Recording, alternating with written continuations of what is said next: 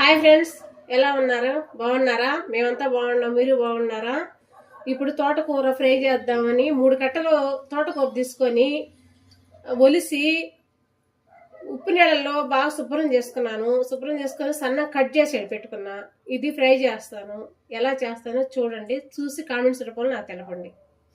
వెలిగింది, బాండలు పెట్టుకోండి.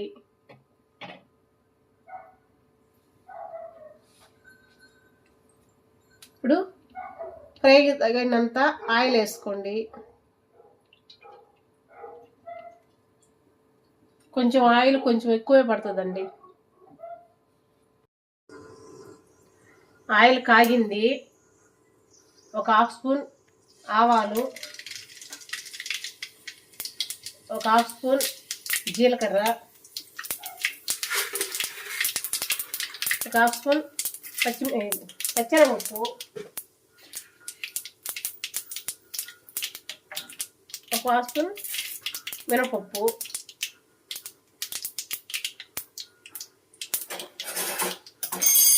వేసి బాగా ఫ్రై చేయండి. ఎండుమిర్చి 2 చించుకొని ఎండుమిర్చి వేసేసుకోండి. ఇప్పుడు ఉల్లిపాయ సన్నంగా ఇట్లా పొడుగ్గా కట్ చేసుకోండి.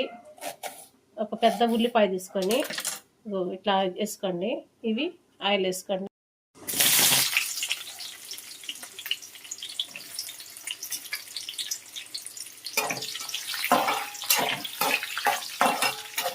వేపుకోండి కొంచెం.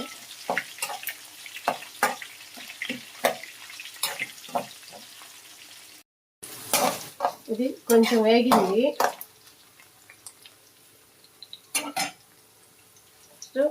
ఆకు బాగా గుంజి పెట్టుకుని కట్ చేసుకోండి కదా, ఇవి ఇందులో వేసుకొని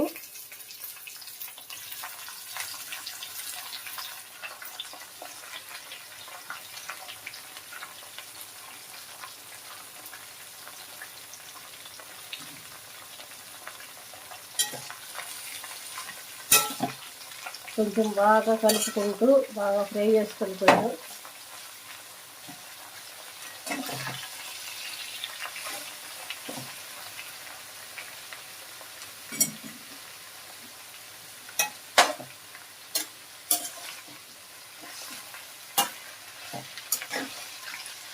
కింద నుంచి పైకి, పై నుంచి కిందకి కలుపుతూ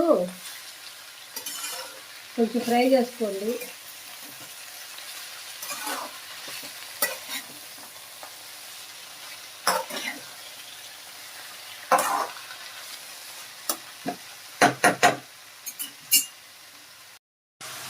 ఆకు ఫ్రై అయ్యేలోపు కొంచెం ఇగో ఎండుమిర్చి ఒక 15 అట్లా ఉంటాయి వేసుకోండి. ఎల్లుల్లిపాయలు కొంచెం, ఇందులోనే కొంచెం కల్లుప్పు వేసాను నేను, మీకు తగినంత వేసుకొని ఇది మిక్సీ పట్టుకోండి.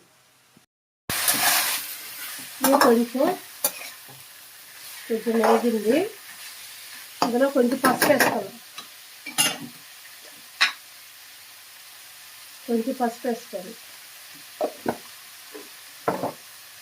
పసుపు వేసుకొని కొంచెం వాడుకోండి.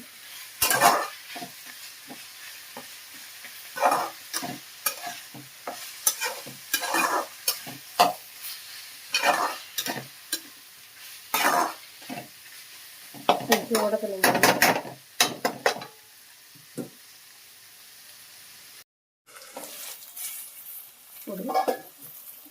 బాగా ఉడికిపోయింది, ఫ్రై అయింది.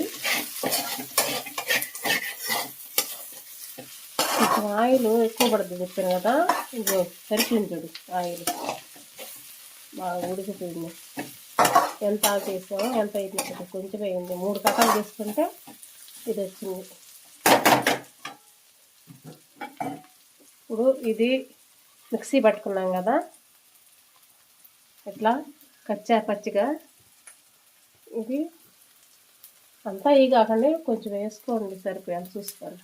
మరి ఎక్కువ వేస్తే కారం అయిపోద్ది కదా, తగినంత వేసుకోండి.